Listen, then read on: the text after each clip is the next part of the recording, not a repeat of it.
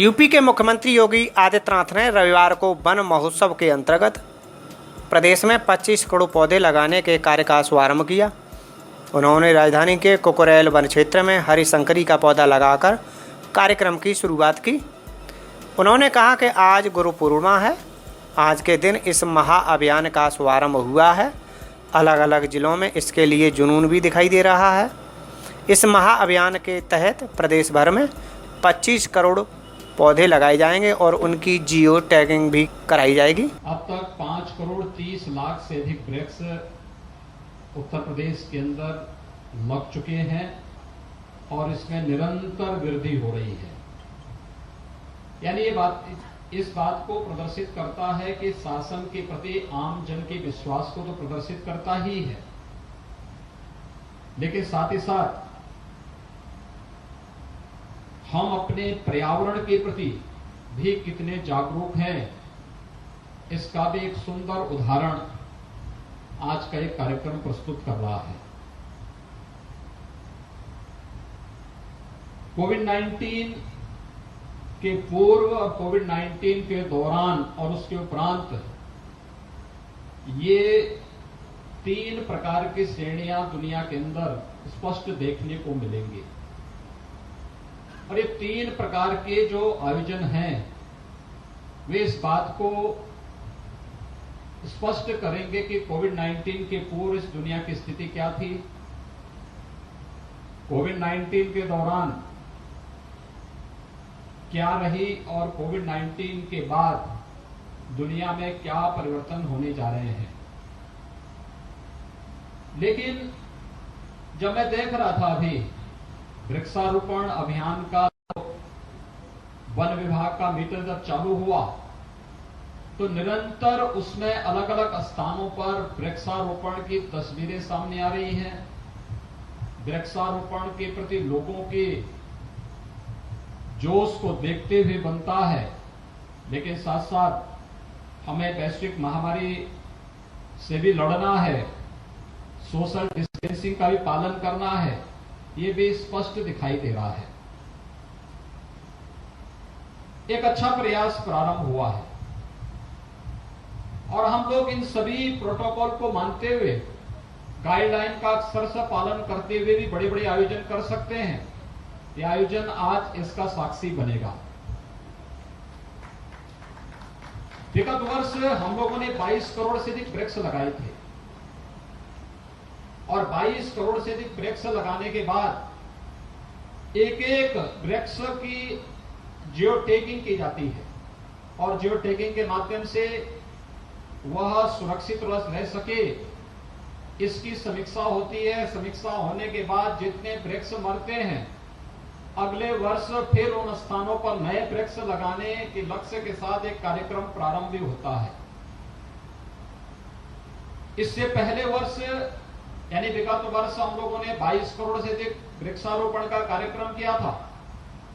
उससे पहले 11 करोड़ वृक्षारोपण का कार्यक्रम किया था। उससे पूर्व 5 करोड़ से अधिक वृक्षारोपण के कार्यक्रम प्रदेश के अंदर संपन्न हुए थे और विगत 3 वर्षों से लगातार जो वृक्षारोपण का एक अभियान प्रतिवर्ष लगातार बढ़ता गया, आज उसी की श्रृंखला में हम चौथे वर्ष में 25 करोड़ से अधिक के वृक्षारोपण के इस बृहद कार्यक्रम के साक्षी बन रहे हैं।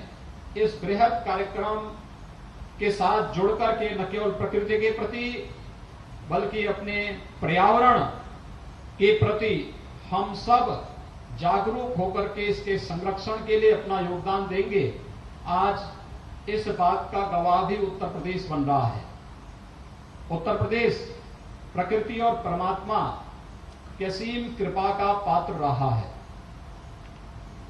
और लगातार यहां पर जिस रूप में हमारे पास दुनिया की सबसे उर्वरा भूमि है, दुनिया की सबसे अच्छा जल संसाधन हमारे पास मौजूद है और दुनिया में किसी भी एक क्षेत्रफल में इतनी बृहद आबादी निवास करती है, यह सौभाग्य भी उत्तर प्रदेश के अंदर है कि इतनी बड़ी आबादी के बावजूद लोगों ने परस्पर विश्वास और सौहार्द के माध्यम से विकास के जो नए प्रतिमान स्थापित किए हैं, आज उसी की श्रृंखला उत्तर प्रदेश वासियों के द्वारा कोरोना कालखंड में भी इस उन सभी गाइडलाइन का पालन करते हुए वृक्षारोपण इस अभियान का साक्षी बनकर के, इसमें प्रत्यक्ष रूप से भागीदार बनकर के इस कार्यक्रम को आगे बढ़ाने का कार्य किया जा रहा है।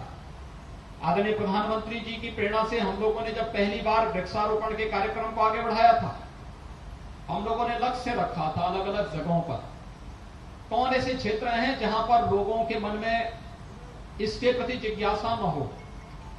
वहां पर हर एक व्यक्ति को प्रयास किया गया था कि वे लोग एक एक वृक्ष लगाएं, और देखते ही देखते हम लोगों ने देख महसूस किया कि प्रत्येक नागरिक वृक्षारोपण के प्रति अत्यंत जागरूक है, चाहे वह नवग्रह वाटिका का हो, नक्षत्र वाटिका का हो, या फिर इसी प्रकार से अन्य प्रकार की वाटिकाओं के माध्यम से लोगों को पर्यावरण के प्रति जागरूक करने का कार्यक्रम रहा हो, या प्रकृति के माध्यम से हम पोषक तत्वों को कैसे प्राप्त कर सकते हैं, सहजन उसका एक उदाहरण है।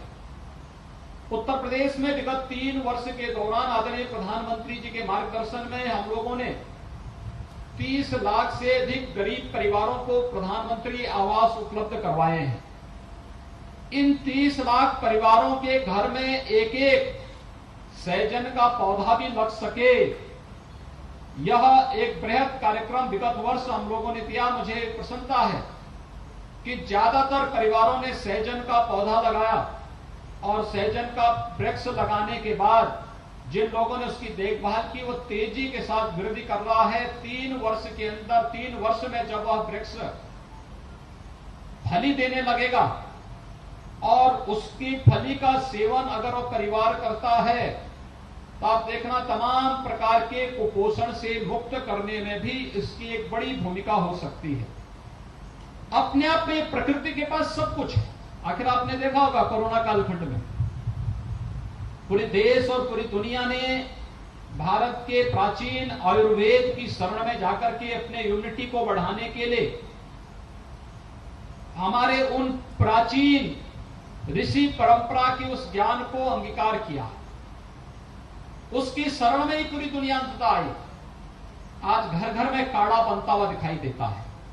मैं तो मानता हूं कि बहुत सारे लोग धीरे धीरे करके जो विभिन्न प्रकार के अन्य पेय की तरफ जाते थे, आज वे काढ़ा की तरफ जा रहे हैं, काढ़ा को ले रहे हैं। काढ़ा विशुद्ध रूप से हमारा प्राकृतिक औषधि के भंडार का एक न्यूनतम अंश है, लेकिन हमारी दिनचर्या का हिस्सा बन जाए, ये आज हम सबको देखने को मिल रहा है। और आपने देखा होगा किस रूप में हम लोगों ने तेजी के साथ इसे अपनाया है, और वो कैसे इसको लेकर के आज काढ़ा के प्रति या उन तमाम औषधीय वृक्षों के प्रति एक नई जागरूकता लोगों के मन में देखने को प्राप्त हो रही है। एक अच्छा प्रयास है। अगर हमें जीव सृष्टि को बचाना है तो हमें साथ साथ अन्य कार्यों के प्रति भी जागरूक होना पड़ेगा, और यह एक बड़ा लक्ष्य हम सब लेकर के चलेंगे। इस विश्वास के साथ मैं आज के इस अवसर पर वन विभाग को, कहते वन विभाग इसका नोडल विभाग है, लेकिन उत्तर प्रदेश सरकार के सभी विभाग इसके साथ जुड़े हुए हैं। सभी विभाग जुड़े हुए हैं। इसमें कृषि विभाग जुड़ा हुआ है, ग्राम्य विकास और पंचायती राज विभाग जुड़ा हुआ है, इसके साथ हमारे सड़क परिवहन से जुड़े हुए जितने विभाग हैं, चाहे वह पीडब्ल्यूडी हो, चाहे वह आरईएस हो, चाहे वह जो भी, सभी विभाग इसके साथ जुड़े हुए हैं। गृह विभाग भी, शिक्षा विभाग में भले ही छात्र छात्राओं को बड़ी संख्या में नहीं इसमें आमंत्रित किया गया, लेकिन हमारे एनएसएस, एनसीसी, स्काउट गाइड से जुड़े हुए स्वयंसेवकों को इसके साथ जोड़ करके इस बड़े कार्यक्रम को आगे बढ़ाने का कार्य किया गया है, और सभी ने इस लक्ष्य को प्राप्त करने के लिए अपने स्तर पर नए सिरे से प्रयास प्रारंभ किया है। मुझे आज प्रसन्नता है कि हम केवल वृक्ष लगाए ना, बल्कि उसको बचाने के लिए भी हमारी अभी से तैयारी होनी चाहिए।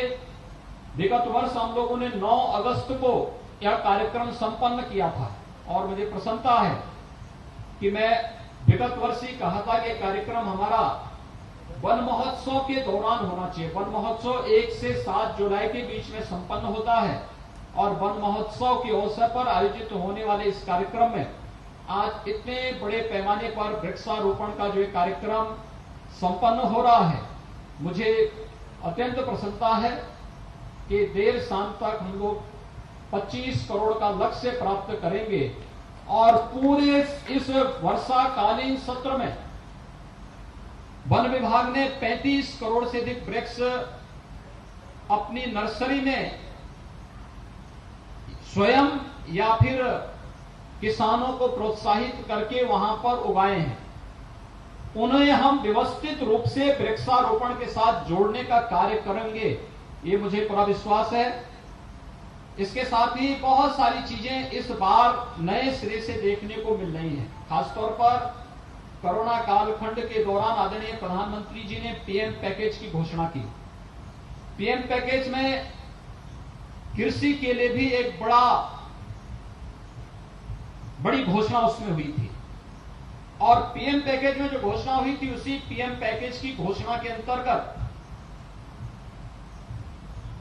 हर्बल प्लांट लगाने की तैयारी, गंगा और गोमती के तटवर्ती क्षेत्रों में बृहद पैमाने पर फलदार वृक्षारोपण करने की तैयारी। न केवल वन विभाग बल्कि उद्यान विभाग भी इसके साथ जुड़कर के इस कार्यक्रम को तेजी के साथ आगे बढ़ा रहा है। मेरा मानना है कि अगर गंगा और यमुना की अविरलता और निर्मलता को हमें बनाए रखना है तो हमें गंगा और यमुना के तटवर्ती क्षेत्रों में अपनी नदी संस्कृति से जुड़ी हुई भारत की सनातन संस्कृति के आधार गंगा यमुना और अपनी सभी नदी के तटवर्ती क्षेत्रों में बृहद पैमाने पर वृक्षारोपण के इस कार्यक्रम को आगे बढ़ाना ही पड़ेगा और उस कार्यक्रम को एक लक्ष्य को ध्यान में रख करके वन विभाग ने आज यहां पर संपन्न किया। वन विभाग आज इसको आगे बढ़ा रही है। मैं इस अवसर पर एक बार फिर से वन मंत्री को, वन विभाग से जुड़े हुए सभी अधिकारियों को हृदय से धन्यवाद देता हूं।